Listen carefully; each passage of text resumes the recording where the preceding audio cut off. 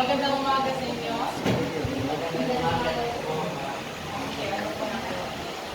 Next ko lang ipaalam sa inyo. Meron tayong paligsahan bukas at ang napili kong kandidata ay si Jenny at si Lisa. Kaya niyo bang dalawa? Yes.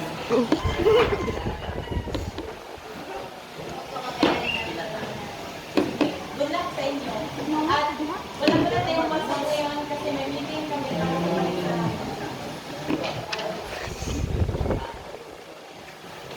Bye. I miss.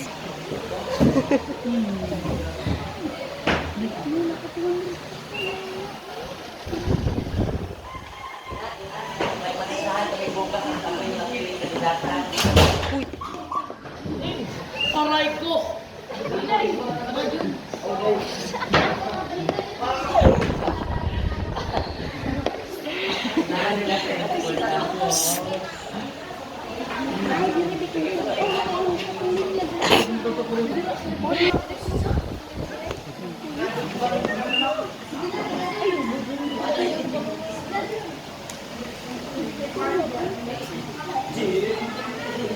Adik.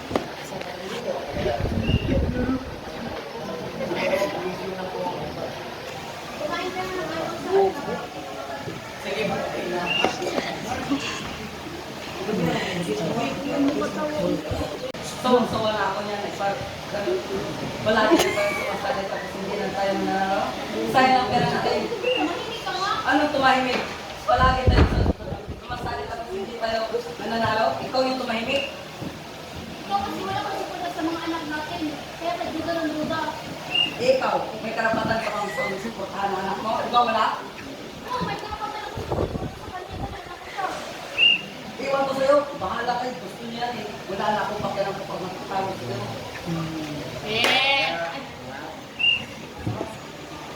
Ay,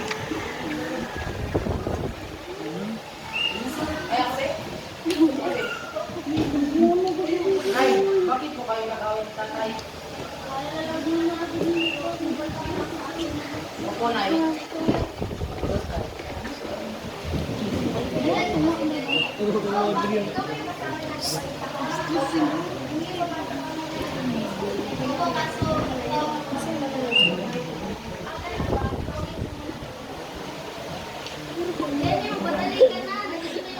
Opo, Nay. Nagbibigay ako.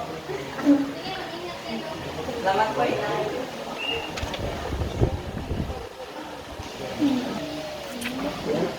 Ay, sorry, bye. Ngayon, ating alamin kung sino nanalo sa paligsahan. Ang nakakuha ng ika-tatlong medal ay si Kisha! Palakpakan!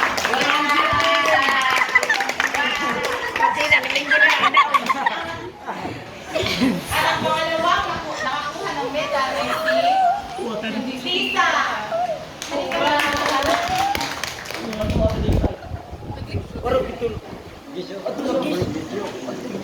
Ang tunay na tagumpay, hindi lang nasa... Ang tunay na tagumpay, hindi lang nasa pera o trabaho, kundi sa pagpila, kundi sa Ang pagpili. nanalo at tinanggol ang Butay gaho. ng ating paligsahan ay si Jenny! Jenny! Ang tunay na tagumpay, hindi lang nasa pera o trabaho, kundi sa pagpili ng... Ang tunay na tagumpay, hindi lang nasa pera o trabaho, kundi sa pagpili ng dasal na ito. Ang tunay na tagumpay, hindi lang nasa pera o trabaho, kundi pagpili ng... Ang tunay na tagumpay, hindi lang nasa pera o pagkatao. Ay!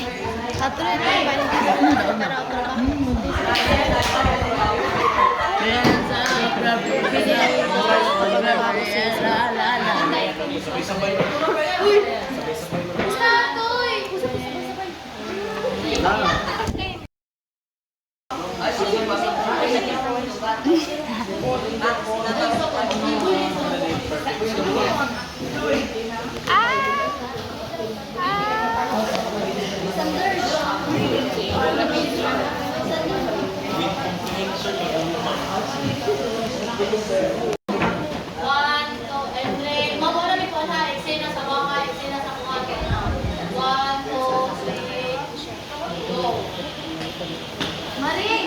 Oy, Marie, nandiyan ka pala. Anong kailangan mo? Meron na akong sasabihin ko sa'yo. Ano yun? Pwede bang magsilang na 1 million? Para lang ang bayad sa pangutira ng anak. Sige, Marie. Papayag ako sa kondisyon mo. Pero, papayag ako sa hinihingi mo, pero may isang kondisyon ako. Ipakasal mo yung anak mo at anak ko. Pag-isipan yung mabuti ang kondisyon ng binigay ko.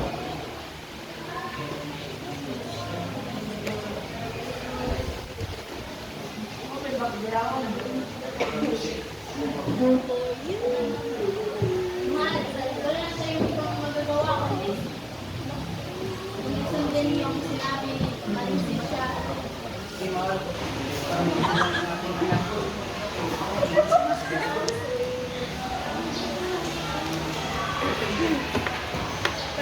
Kaya huwag makakalimot siya, Jen. Mas natin lang siya din kasi huwag mo na niya. O ano nga rin, pag-isipan nyo na ba ang kondisyon na binigay ko?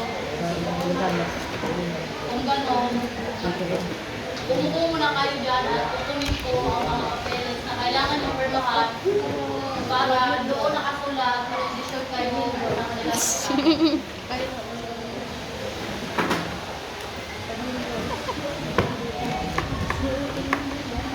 pakita na lang.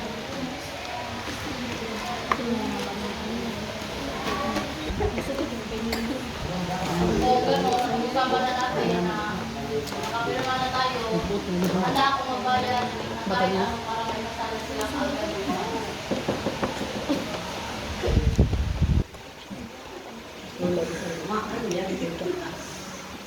O yan na, nandiyan ka na pala.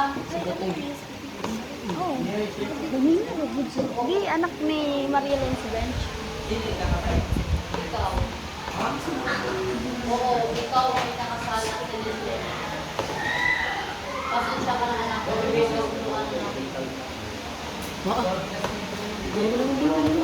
namin. Amaris. Namaris. 1, 2, 3, go. Imo ang tanggi-connect sa TV, day. Uy, i-connect sa TV ba? Neng, neng, neng.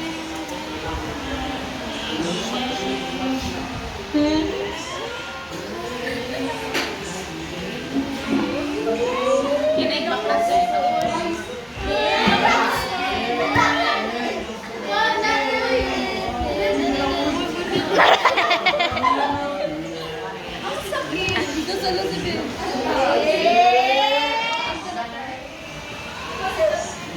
So as long as the wind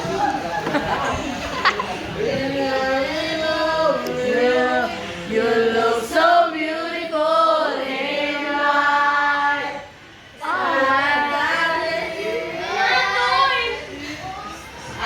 For you. Pasensya ka na. Pasensya. For you.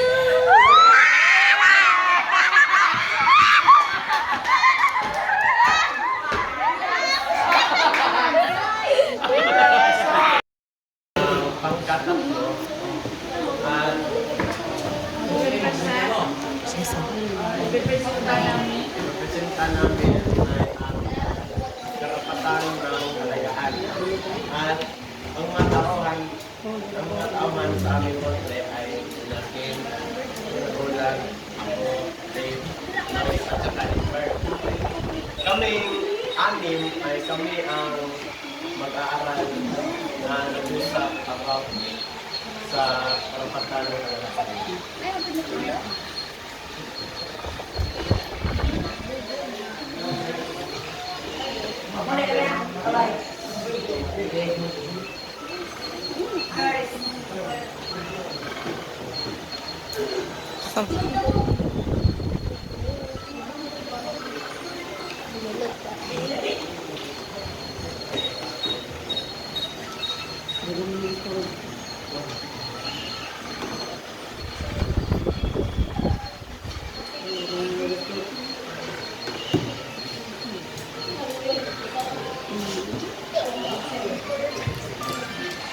Guys, alam niyo ba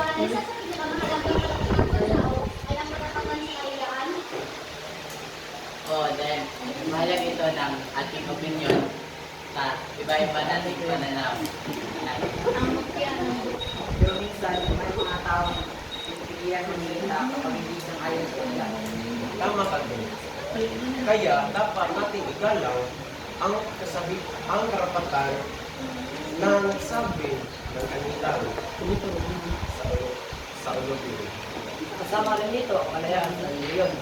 Malaya tayong maniwala at sumbay-sundan ayon sa ating paniniwala.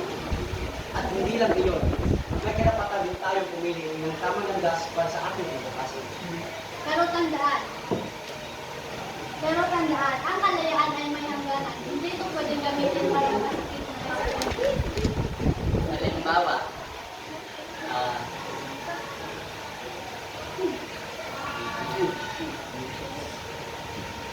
Halimbawa, malaya kang magsalita pero hindi ka dapat manira ng mga apil ng ibang tao. Naya ang pahayag sa social media, pero may responsibilidad ka rin na magtotoo ang musikong video matalang. Ang ganda ng pagpagyo. Ang karapatan, ang kalayaan ay hindi lang para sa sarili, kundi sa kapakanan sa lahat. Kaya bilang isang estudyante,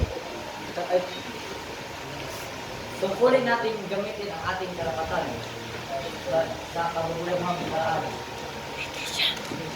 Tandaan, ang paggalang sa kalayaan ng iba ay tandaan ng tunay at pagkakaisa.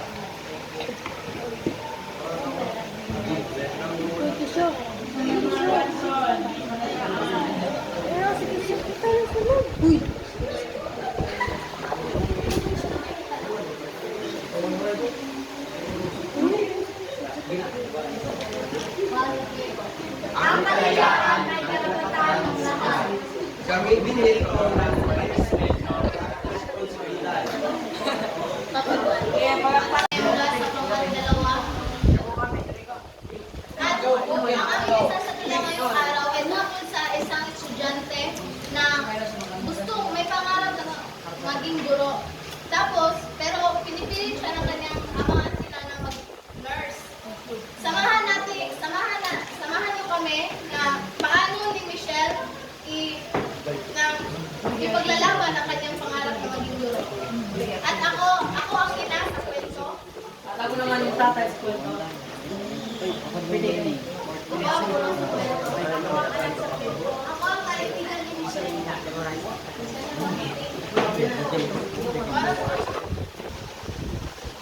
Michelle, gusto namin ng ano mo na mag-aral ka ng course of nursing.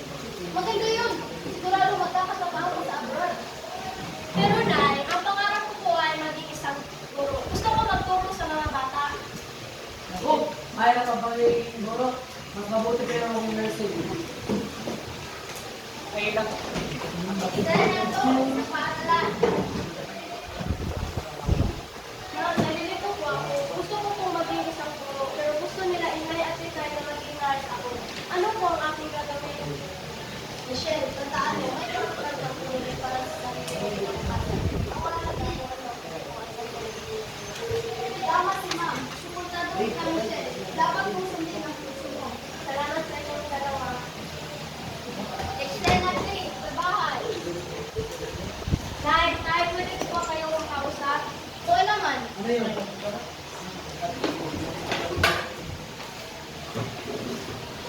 Tay, mahal ko po kayo at gusto ko po maging proud sa akin.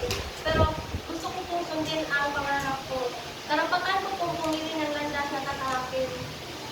Anak, pasensya ka na. Minsan lang kasi mas iniisip namin ang mga praktikal na bagay. Pero yung gusto mo na at doon ka masaya, susuportahan ka namin ng ano. Salamat, Tay. Salamat, Tay. Ang tunay na tagumpay hindi lang nasa pera o trabaho, kundi sa pagpili ng landas na nakakapag-paradise.